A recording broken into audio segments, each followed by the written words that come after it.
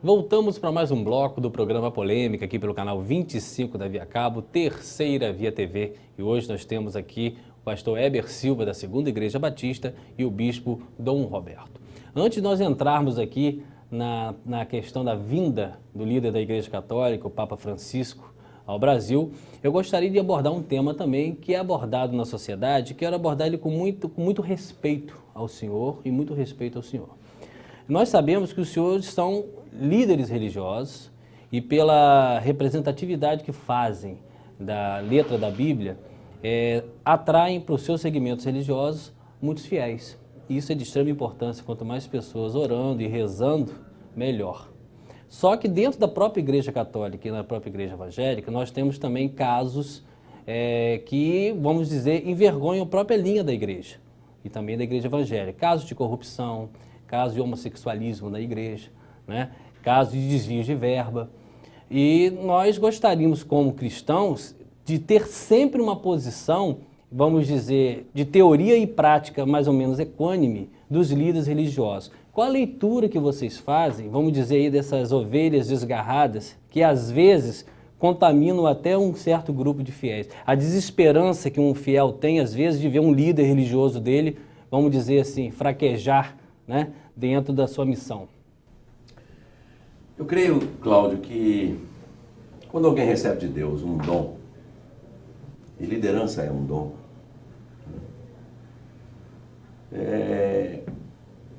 ganha naturalmente para si muita coisa boa. Mas tem também sob si uma responsabilidade tremenda. Então, há de se buscar a excelência. Paulo diz que o dom do pastoreio, do apostolado, ele é excelente. Mas diz também que ninguém é idôneo para ele. Logo, há de haver uma tremenda dependência do Espírito Santo para o exercício. Agora, no próprio colégio apostólico do Senhor Jesus Cristo, que eram 12, tinha-se um João, que era o discípulo amado, e Judas, que era um sicário, né? Qualquer partido reacionário que nós conhecemos é menor na sua tenacidade quanto aos zelotes. Há de se ser cuidadoso com o dom que se recebeu de Deus, não é? Eu entendo que haja casos, né, que não podem servir de exemplo para um rebanho, para uma comunidade, para a sociedade, para a história, né? Mas entendo que são casos pontuais. Mas eles merecem respeito da igreja? É tratamento. Merecem ser tratados. Corrupto tem tratamento também? Tem que ter tratamento. Mas tem tratamento para corrupto? Tem. Tem, né? O tratamento para corrupção é a verdade. Não é? A verdade do fato. Mas como tratar o corrupto? A corrupção em qualquer nível, em qualquer segmento, né, social, né, não nos cabe, né, personalizar agora a corrupção, mas a verdade é o tratamento da corrupção. E na essência espiritual e religiosa, a verdade é Cristo. Quanto mais eu me afasto de Cristo, mais possibilidade eu tenho de ser corrupto. Alguém que tenha corrupção na casa de Cristo... E quem prega o evangélico e é corrupto? É o que eu estou falando agora. É o que eu ia colocar. Quem se dá, quem se permite, quem se torna vítima ou praticante da corrupção dentro da casa de Cristo, olha, tem que ser disciplinado, tem que ser tratado, né? Mas não pode tratar sem que fosse tratado por Cristo, cuja essência é o amor. Então nós temos um caso político precisando de tratamento. Nós temos uma geração. Vamos ser maior do que claro. Nós temos uma geração precisando de tratamento. Pois não, bispo? Duas questões em torno a essa pergunta que o senhor fez. Pois não. Em primeiro lugar, a formação dos futuros sacerdotes ou pastores. A seleção. Porque a formação humana, como apontava o Papa João Paulo II, a afetividade, os desequilíbrios estão à ordem do dia, como nós já vimos na família. Os candidatos não estão numa redoma de cristal, alheios a tudo isso que acontece nas famílias. Por isso a formação nos seminários, nas casas de formação, deve ser cada vez mais apurada, inclusive com a ajuda da ciência psicológica, a fim de detectar possíveis desvios na linha da pedofilia, estamos falando. Segundo, a legislação. Nós temos desde os Atos dos Apóstolos, uma legislação de tipo evangélica, disciplinar, e depois nós vamos chamar de direito canônico, que deve ser penitencial, claro, ajudar a pessoa à conversão, como disse muito bem o pastor, mas também, evidentemente, afastar a pessoa. E, no caso do pedófilo, a igreja tem tomado medidas muito salutares. Não há espaço, dizia o Papa João Paulo II, para quem destrata uma criança. Não podem continuar. Que devem ser ressocializados como pessoas humanas, lógico. Mas não podem estar no ministério. Mas por que houve uma demora tão Não pode. grande de discutir esse assunto tão abertamente pela Igreja Católica? Eu diria, não só um assunto que se demorou na Igreja Católica, se demorou em toda a sociedade, e que se continua demorando. Porque, que eu saiba, na internet, os pedófilos estão na ordem do dia. E até agora, as prisões são muito poucas. Então, a sociedade, pouco a pouco, está tomando consciência, digamos, da periculosidade desse desvio. O quanto afeta uma criança, um adolescente. E a igreja é parceira nisso. Nós estivemos aqui em Campos, quando tivemos o primeiro seminário contra o abuso sexual de crianças e adolescentes, e vamos continuar. Eu, simplesmente, a orientação é essa, separar do Ministério, mas avisar o Ministério Público. Dá a conotação, Eu não posso reconhecimento ter criminal lobos, daquilo. não posso deixar os lobos tomarem conta das ovelhas. Claro. Eu sou o bispo, eu tenho que responder à igreja e à sociedade. Perfeito. O tratamento, a colocação que o bispo fez, e que o tratamento, para o caso, ele demorou no contexto amplo da sociedade, é uma realidade a ponto da gente poder ver que há 20 anos atrás as crianças iam para a mídia no Dia das Crianças, na Páscoa, no Natal. Hoje elas estão na mídia todo dia como vítimas do abuso sexual. Não é? Então... O próprio crescimento da informação fez com que os casos fossem mais descortinados, né? Exatamente. A mídia, nesse aspecto, ela é... Então ela é boa também para a igreja, ajudou a igreja também a descortinar e a ser mais autêntica, vamos dizer assim, nesse sentido? Sim, mostrou. Embora, volto a insistir, parece que só pastores ou padres Não, são claro que não. pedófilos. Mas vocês representam uma Não, base não. de apoio de fé importantíssima. É Sim, diferente mas, de um clube de tênis ter um pedófilo lá do que ter um pedófilo dentro da igreja, os né? pedófilos são homens casados, não é? Não sei. A grande maioria são pessoas Mas isso casadas. não que têm diminui, um mas isso não trabalho. diminui o caso. Veja, eu estou comprometido com a luta contra a pedofilia como pastor, evidente está. Claro. Por uma razão, que Cristo abomina isso. Não, e a pergunta foi feita pela força que vocês têm, pela entidade, pela instituição que vocês representam. Porque Cristo diz, olha, o escândalo às crianças, é melhor que uma pessoa se coloque uma pedra e se jogue no mar, antes de um escândalo com crianças. Perfeito. Vamos falar um pouquinho agora do Papa, né? E, obviamente, a questão do Papa, o pastor Heber vai participar com a gente também da melhor forma possível. Eu pensei uma frase dele, que eu acho uma frase muito interessante, muito autêntica, e, na minha opinião, que sou leigo perto da posição de vocês, conhecimento religioso, mas da pregação de uma igreja mais pobre. E a visão que eu tenho do católico, da igreja católica e da igreja evangélica, se difere um pouco no sentido patrimonial da igreja. A igreja católica, pelo grande serviço que ela prega à humanidade até hoje, mas ela sempre teve uma ótica de uma igreja rica patrimonialmente falando também. E a igreja evangélica, no começo não, mas já acho ela hoje também de aporte estrutural que foge um pouco à questão franciscana. É a minha opinião, que pode estar completamente fora do enfoque. Mas qual seria essa pregação de igreja pobre colocada pelo Papa Francisco?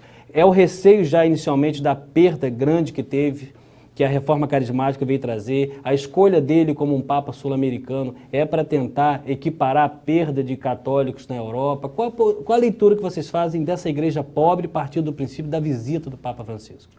Eu gostaria de falar antes também do bispo, principalmente neste assunto, do qual ele é catedrático mesmo. E qual ele não seria, né? Não, mas eu gostaria muito de falar sobre isso, que a grande sacada da Igreja Católica, a grande sacada de Roma, na eleição do Papa Francisco, a meu ver, né? A igreja foi buscar um homem que estava no meio do povo. Eu achei isso fantástico, bispo. Né? Cardeal ali na Argentina e vivendo com o povo. Quer dizer, ele poderia estar em Roma, ser um teólogo da igreja.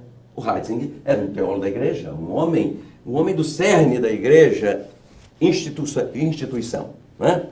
Lá do próprio Vaticano e tal, em seu valor, a sua capacidade. Agora, nesse momento, nessa escolha, por razões que ela sabe, e aí a palavra deve ser dela só, tão somente, mas foi buscar um homem que estava na militância da igreja, que é sempre com o pobre. O pobre econômico socialmente falando, e o pobre na solidão, o pobre que descobriu que ter tanto dinheiro e não ter a graça, a vida fica sem graça, e o Papa Francisco estava vivendo isto, no momento em que foi escolhido o Papa. Eu acho que esse é o ponto máximo de toda a abordagem positiva que se faz e da visita dele ao Brasil, uma coisa linda, uma coisa maravilhosa, um momento cristão especial, uma chamada, principalmente à juventude brasileira, que é o grande contingente de brasileiros, né? A comunhão, a presença, a vida em Cristo, tudo isso é fantástico e aconteceu de fato. Agora, a meu ver, analisando o que se pode analisar, porque quem conhece toda a razão, toda a essência da escolha, é só a Igreja Católica mesmo, o fato de ir buscar um homem que estava lá no meio do povo, não aqui no Vaticano, não aqui no colegiado, para mim foi maravilhoso. Desculpa, bispo, sobre esse assunto querer falar antes do senhor, né? Mas só na cronologia. Só de fazer algumas considerações a respeito do patrimônio. O patrimônio que tem a Igreja Católica não é conversível em dinheiro, é cultural. E é uma igreja que tem 1 bilhão e 300 milhões de pessoas. E que tem a característica também de ser um Estado do Vaticano. E já foi Estado propriamente dito. Já foi um Estado muito maior. Não porque a igreja roubasse, mas porque as pessoas quiseram que ela tivesse isso. Ela não roubou de ninguém. Nem falamos isso, Não, né? estou simplesmente explicando como surgiu o patrimônio. O patrimônio não foi de exploração dos povos. Foram nações que foram dando e que queriam se acobertar diante do governo papal. A outra coisa que eu gostaria de dizer é que essa Igreja dos Pobres já surge com o cardeal Lercaro, com Dom Herder Câmara, no Concílio Vaticano II, o Pacto das Catacumbas, um desejo de alinhar a Igreja na opção evangélica para os pobres, a opção preferencial pelos pobres. E é justamente essa é a verdadeira riqueza da Igreja. Estar sempre, não ao lado, mas ser como os pobres. Ser como os pobres é dizer a esperança na humanidade. Ser um sinal do reino de Deus, que o reino de Deus está entre os pobres. Então, é a grande proposta do Concílio Vaticano II, ir às fontes. Uma igreja, se me permite, mais evangélica? Sim, mais evangélica. Porque o evangelho não é monopólio dos evangélicos, é de todos os cristãos. Não é? Então, uma igreja mais despojada? Sim. Agora, vamos ser sinceros, tanto o Papa Bento XVI, o Papa João Paulo II, eles não nadam no ouro. Eu posso dizer que a minha Congro é 2034. Qualquer um pode conferir. Como? R$ 2.034 é o que eu ganho para me sustentar. Um bispo ganha isso e há bispos que não ganham isso aqui no Brasil. Há várias dioceses que a gente está ajudando. Então, essa ideia que a igreja tem muito dinheiro não é verdade. E que o Vaticano é uma espécie que a gente abre a torneira e sai ouro, não é verdade também. O patrimônio líquido é menor de uma, digamos, de uma mega empresa, vamos colocar uma multinacional de pequeno porte. Nós fazemos, desde 1986, um balancete de quanto temos. Desde Paulo VI, a igreja nossa, digo porque gostaria que todas fizessem o mesmo, eu acho que a transparência é fundamental para evitar essas igrejas. Estamos estourando nosso horário. Eu queria agradecer muito a presença de vocês. Infelizmente, né, daria para fazer 2, 3 programas só com alguns temas abordados. Agradecer muito a presença do senhor e do pastor Heber. Gostaria que vocês fizessem rapidinho a consideração final de vocês. Eu quero agradecer. Acho que nosso debate, né, foi muito bom e estou satisfeito em participar, muito grato, e quero sugerir ao povo da nossa região que aborde esses temas, essas questões, fundamentalmente, como bem tangeu o bispo Dom Roberto, no contexto da família.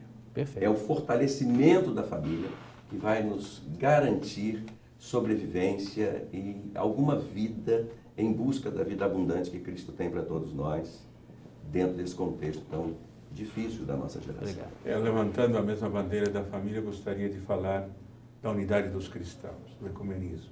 Eu sou bispo ecumênico e, às vezes, a gente trata um tema aqui, em debate, mas eu amo a todas as pessoas. Claro. E não discrimino ninguém. Tenho amigos homossexuais, Claro. Tenho amigos heterossexuais, tenho de todo tipo. E acolho a todos porque Cristo acolhe a todos. Perfeito. Agora, eu preciso de conversão e, ao mesmo tempo, devo ser fiel a uma mensagem que não é minha, que não é do pastor. Perfeito. Então, a coloco a serviço de todos e abençoo a todos. Muito obrigado. Estamos terminando mais um programa Polêmica aqui pelo canal 25 da Via Cabo e até semana que vem com mais uma entrevista.